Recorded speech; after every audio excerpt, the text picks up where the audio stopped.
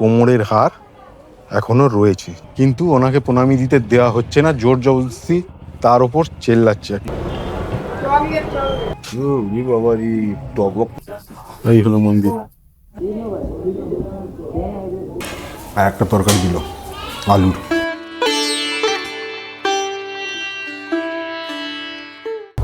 Good morning সবাইকে। নতুন একটা এপিসোডে আমরা তারাপীঠের হোটেল চেক আউট করে বেরোলাম। আর এই হচ্ছে আমাদের গাড়ি, মারুতি ভ্যান যেটাকে বলে, মারুতি ওমনি। এই গাড়ি বুক করেছি আমরা।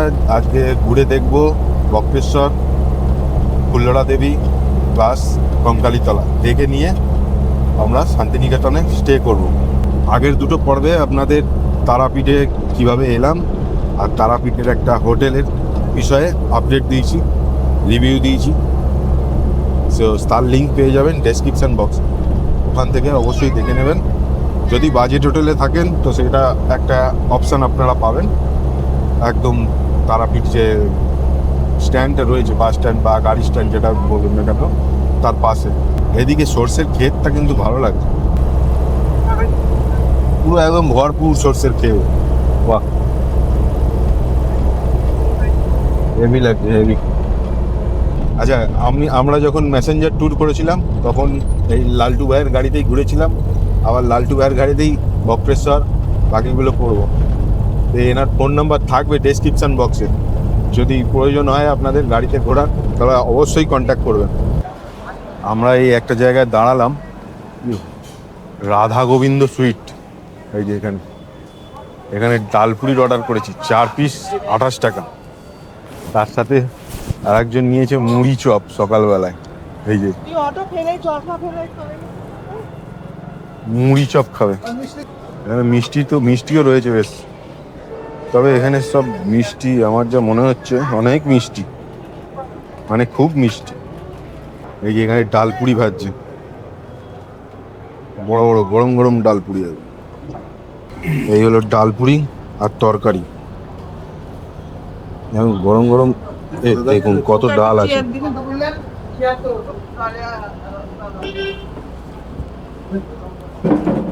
এবারে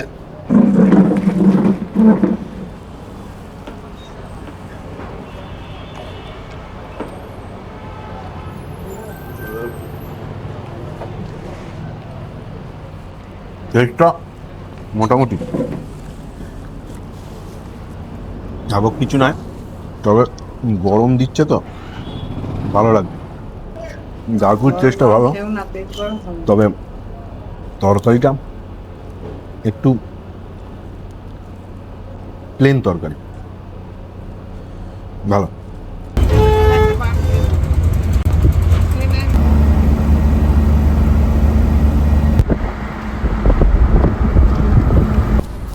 এখন আমরা পার করছি তিলপাড়া ব্যারেজ। এখানে রাস্তাঘাট খুবই খারাপ, মানে যখন যেখানে ব্যারেজ আসছে সেই জায়গাটায় এমন খোঁড়াখুঁড়ি, মারাত্মক। এই হচ্ছে তিলপাড়া ব্যারেজ, জল ওই দিকে আছে, আর এই দিকে দেখুন জলই নেই।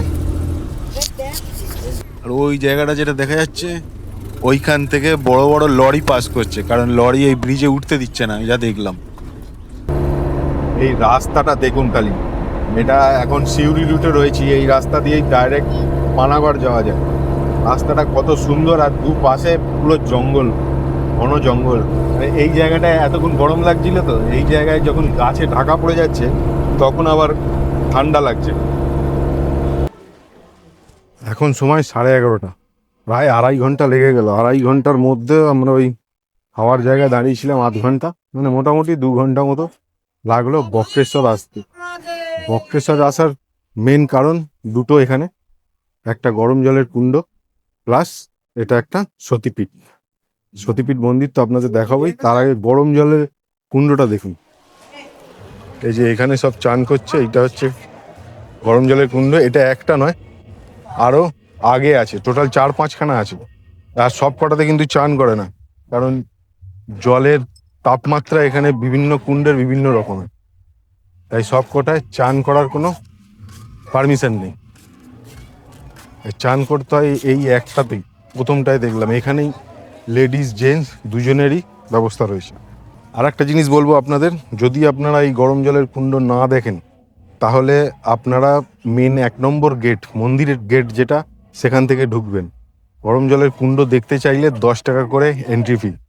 তো এই হচ্ছে গরম জলের আর একটা কুণ্ড। এখানে কিন্তু ধোঁয়া উঠছে, ধোঁয়াটা আপনাদের দেখাচ্ছি। ওই ওই জায়গাটায় ধোঁয়া উঠছে, ক্যামেরায় হয়তো অতটা সুন্দর আসবে না, ওই জায়গাটায় ধোঁয়া উঠছে। পরিষ্কার নয়, নোংরা হয়ে আছে। জল আছে ভালো, এসব রুমাল প্লাস্টিক, এখানেও প্লাস্টিক পড়ে। ভাবুন তাহলে কি অবস্থা। পরিষ্কার নয়, 10 টাকা করে চাঁদা নিচ্ছে এন্ট্রি ফি, কিন্তু পরিষ্কার করছে না। তো যেটা বলছিলাম, পার্কিং যেখানে, ওখানে টিকিট কাউন্টার আছে। পার্কিং এর সামনে দিয়ে আসলে এই গরম জলের কুণ্ডটা পড়বে। আর মেন মন্দির যেতে গেলে পার্কিং থেকে সোজা একটু হাঁটলেই মন্দির দেখা যাচ্ছে, ওখান থেকে ঢুকলে কোনো পয়সা লাগবে না।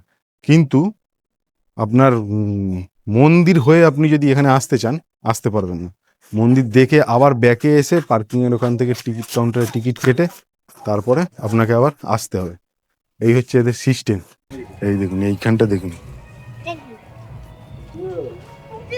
এখানটা পুরো ফুটছে জল, দেখা যাচ্ছে।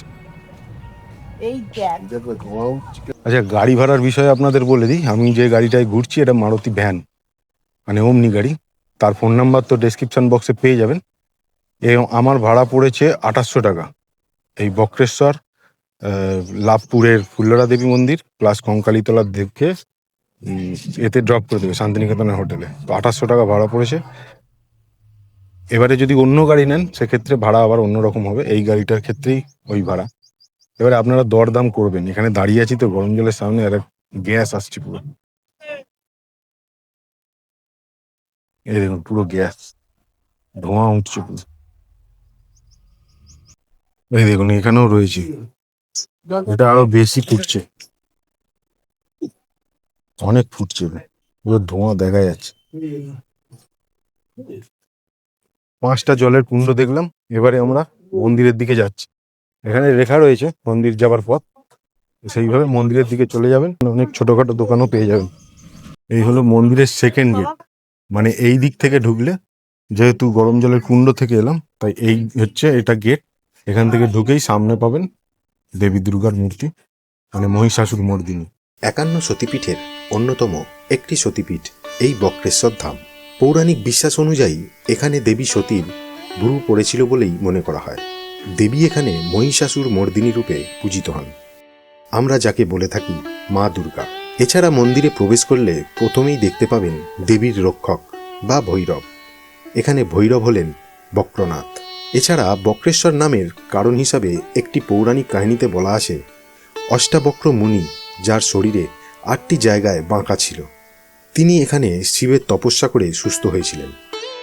শিবের আরাধনায় বক্র শরীর থেকে মুক্তি পেয়েছিলেন বলেই এখানে মহাদেবকে বলা হয় বক্রেশ্বর।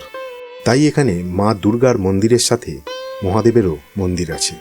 আচ্ছা, মায়ের মন্দির থেকে বেরিয়ে এসে সোজা আসবেন, এই যে গেট আছে এখান থেকে ঢুকবেন মহাদেবের দর্শন করার জন্য। আর এখানে কিন্তু আপনারা পান্ডাদের থেকে দূরে থাকবেন যতটা পারবেন, কারণ এরা আপনারা না চাইলেও এরা আপনাদের পেছন পেছন ঘুরবে, ওদের মন্দিরের সমস্ত জিনিস বলবে। আর যদি পুজো দেন অবশ্যই ব্রাহ্মণকে কন্ট্যাক্ট করবেন বা ব্রাহ্মণকে বলবেন। চলুন এবারে মহাদেবের মন্দিরের দিকে যাই। এইখানে হচ্ছে মহাদেবের লিঙ্গটা রয়েছে। যদি ভেতরে ক্যামেরা না অ্যালাউ করে আমি আপনাদের দেখাতে পারবো না, তাই জন্য বাইরে থেকে দেখিয়ে দিলাম। আর এই দিকটাও একটা কুণ্ড রয়েছে, এই কুণ্ডটা কিন্তু বিশাল বড়, লম্বা, এই অনেকখানি লম্বা এটা। আর এই মহাদেবের মন্দিরে যাওয়ার জন্য এখান থেকে লাইন দিতে হয়। মহাদেবের দর্শন করে বেরোলাম। ভেতরে যেহেতু ভিড় ছিল, ভেতরে আমি কোনো ভিডিও করতে পারিনি, তাই জন্য দর্শন করেই বেরিয়ে এলাম। ওই দিক থেকেই বেরোলাম, এবারে যেতে হবে অন্য রাস্তা দিয়ে। এই যে মন্দির, ওখান থেকে গিয়ে এসে এইখান দিয়ে এই ছোট ছোট মন্দির রয়েছে তার পাশ দিয়ে চলে যাবো মন্দিরে। হ্যাঁ বলো। ও ওয়াও, এটা কিনেছে। আর এখানে দেখলাম প্রণামী বাক্স রয়েছে দেবী দুর্গার সামনে। সেই প্রণামী বাক্সে একজন প্রণামী দিতে চাইছেন, কিন্তু ওনাকে প্রণামী দিতে দেওয়া হচ্ছে না, জোর জবরদস্তি তার ওপর চেল্লাচ্ছে একজন বয়স্ক মহিলা। কেননা বলছে, কারণ বলছে এটা প্রণামী বাক্স নয়, এখানে প্রণামী বাক্স বলে লেখা নেই, কিসের জন্য বাক্স। তখন বলছে এখানে সোনা যদি কেউ দান করে তাদের জন্য এখানে সোনা দেওয়ার জন্য এই বাক্সটা করা হয়েছে। এই হচ্ছে এখানকার সিস্টেম। আমি তো অবাক হলাম। প্রথম কথা, যে বাক্স রয়েছে যখন, বাক্সতে প্রণামী দেবে না কেন? মানে ওনারা হাতে নিতে চাইছেন। আমরা যখন মহাদেবের মন্দিরে ঢুকলাম, মায়ের কাছে যা খুচরো পয়সা ছিল দিয়েছে, 5 টাকা 6 টাকা যা হবে। বলছি এটা কি প্রণামী? তা আপনি নিয়েছেন কেন? আপনাকে তো দেওয়া হচ্ছে না। এরকম ব্যাপার আর কি।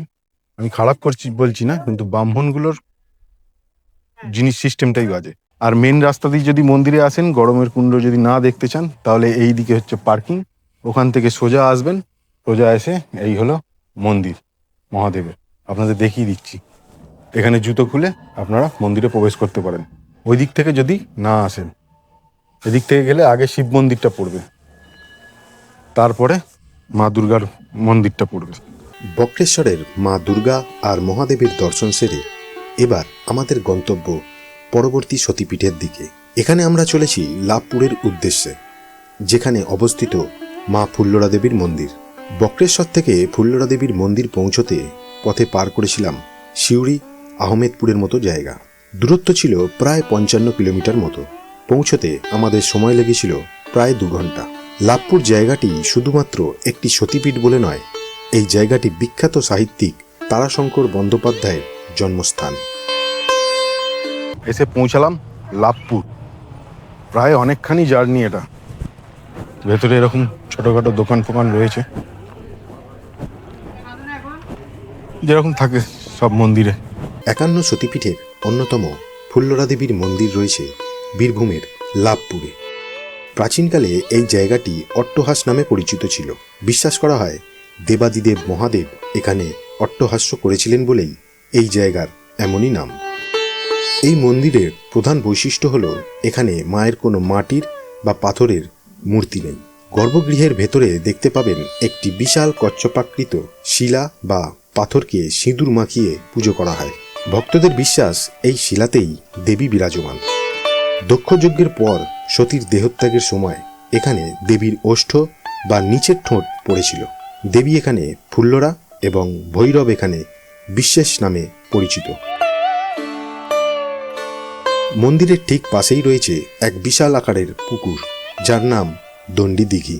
রামায়ণ অনুযায়ী রামচন্দ্র যখন দুর্গাপুজোর আয়োজন করেছিলেন, বলা হয় এই দিঘি থেকেই 108টি নীলপদ্ম সংগ্রহ করে নিয়ে গেছিলেন। মাকে দর্শন করার পরে মায়ের প্রসাদও পেয়ে গেলাম আজকে।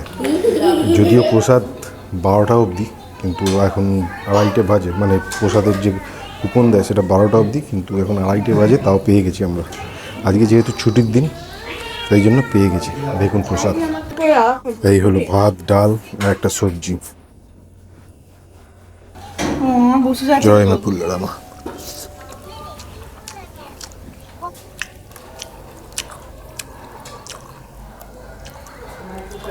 প্রসাদের সাথে ডালের সাথে একটা তরকারি, বেশ ভালো। আপনারাও কিন্তু যদি সময় আসেন পেয়ে যাবেন। আর একটা তরকারি দিল আলুর। এখানে ক্যামেরা বের করিনি, তাই ফোনেই করছি। বেশ ভালো, দুটো তরকারি টেস্টি ভালো। আর চচ্চড়ি, একটা আলুর তরকারি। তো প্রসাদ খাচ্ছি, প্রসাদ খাচ্ছি, ভালো ভালো প্রসাদ খেলাম। প্রসাদ খেয়ে একদম শান্তি। আপনারাও যদি আসেন ফুল্লরা দেবী মন্দির, তাহলে অবশ্যই প্রসাদ খাবেন। এই যে এইটা হচ্ছে প্রসাদ খাওয়ার জায়গা। এখানেই কুপন কাটবেন, 40 টাকা করে নেয় কুপনে একজনের। আর কুপন কাটার নিয়ম 12টা অবধি, যারা মানে লোকাল। এবারে কুপন শেষ হয়ে গেলে আপনি ধরুন, যেমন আমরা এসছি বাইরে থেকে, জানি না সিস্টেম, তো ওনারা কি করে এক্সট্রা কিছু করে রাখে খাবার।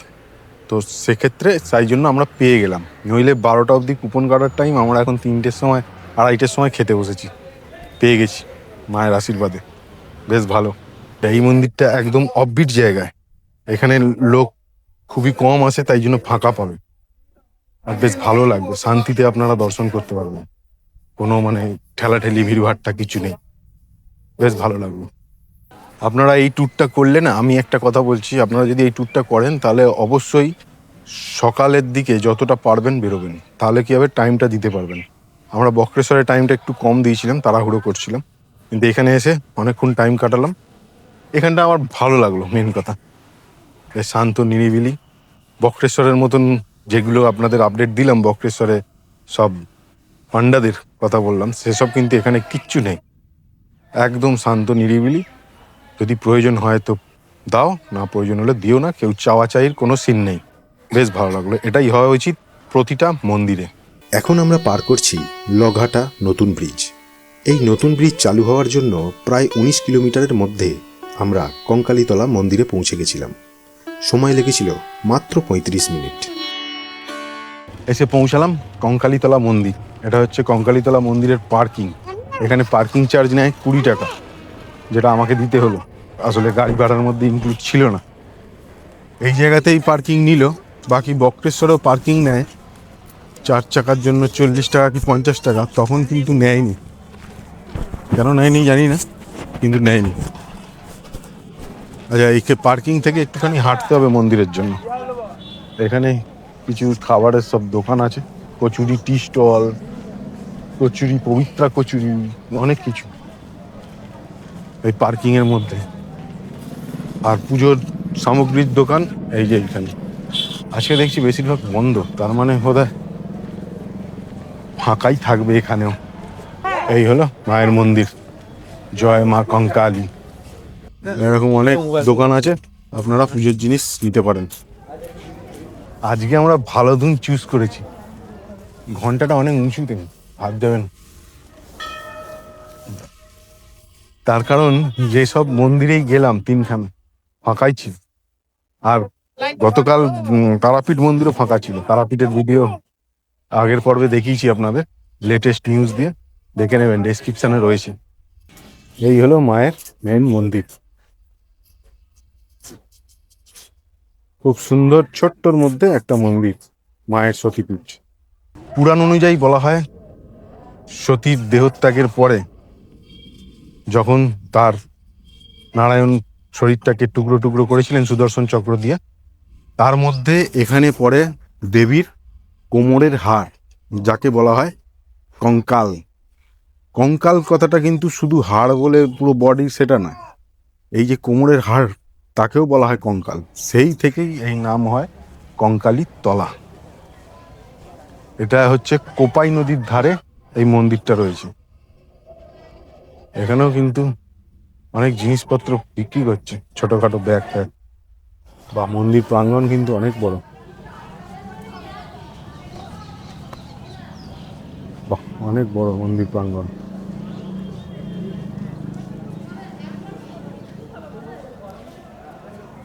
এখানে মায়ের কোনো মূর্তি পূজা হয় না, কিন্তু এখানে একটা ফটো ফ্রেমের মধ্যে মায়ের ছবি রয়েছে, সেই ছবিটারই এখানে পুজো করা হয়।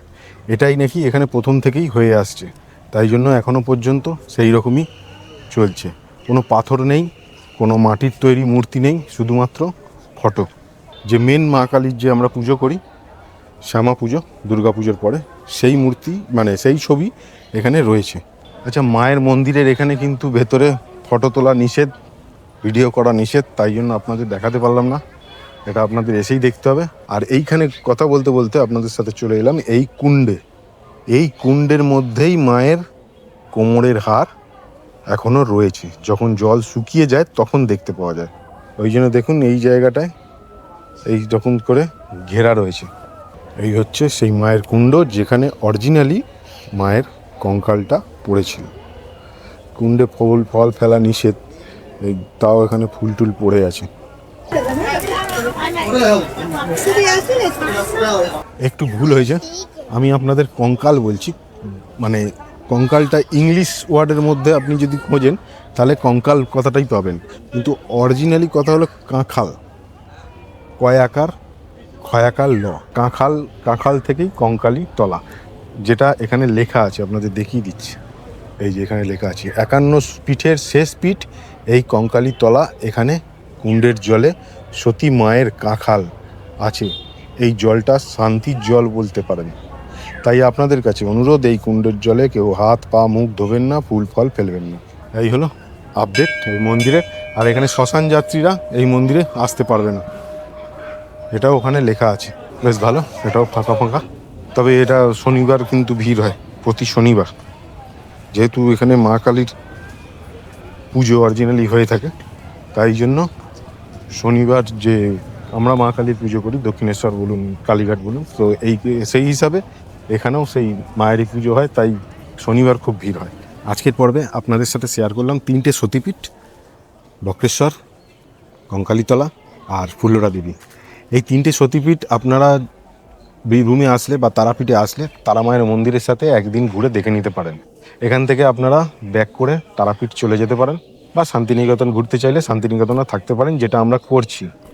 এছাড়া আমি বলবো, যদি আপনারা এই কঙ্কালীতলা আসেন তাহলে শান্তিনিকেতন থেকে সামনে হবে, শান্তিনিকেতন থেকে 7 থেকে 8 কিলোমিটার বোলপুর থেকে দূরত্বটা। এটা অ্যাকচুয়ালি বোলপুরের মধ্যেই পড়ছে কঙ্কালীতলা মন্দিরটা, তাই সেটাও করতে পারেন। শান্তিনিকেতন ঘুরতে এলেন, এটা ঘুরে দেখে নিলেন, সেটাও করতে পারেন। এছাড়া আর একটা সতীপীঠ হচ্ছে নলাটেশ্বরী, যেটা নলহাটিতে।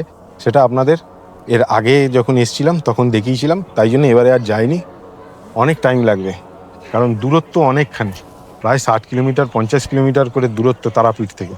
যাই হোক, ভিডিওটা কেমন লাগলো অবশ্যই লিখবেন কমেন্টে। আমি যতটা পেরেছি, যা পেরেছি লেটেস্ট ইনফরমেশান শেয়ার করেছি আপনাদের সাথে। কমেন্ট করবেন কিছু প্রশ্ন থাকলে, আর চেষ্টা করবেন এরকম ফাঁকা ফাঁকা দিনে আসতে, তাহলে ফাঁকায় ফাঁকায় ঘুরে দেখে নিতে পারবেন। আজকে হলো 23শে জানুয়ারি, সরস্বতী পুজো, ফাঁকা আছে সব, সরস্বতী পুজোয় ব্যস্ত। আমরা দেখে নিলাম 3টে সতীপীঠ। কমেন্টে লিখবেন হ্যাঁ কেমন লাগলো ভিডিওটা। আর নতুন যারা দেখছেন প্লিজ সাবস্ক্রাইব করে সঙ্গে থাকুন, পরপর ভিডিও আসতে চলেছে। আর ভিডিওটা লাইক করে দেবেন, শেয়ার করবেন। দেখা হচ্ছে পরের ভিডিওয়, ততক্ষণ সঙ্গে থাকুন, ভালো থাকুন, সুস্থ থাকুন, আর দেখতে থাকুন, ঘুরতে থাকুন আমার সাথে ডিজিটালি। জয় মা কঙ্কালীতলা। কমেন্টে লিখবেন।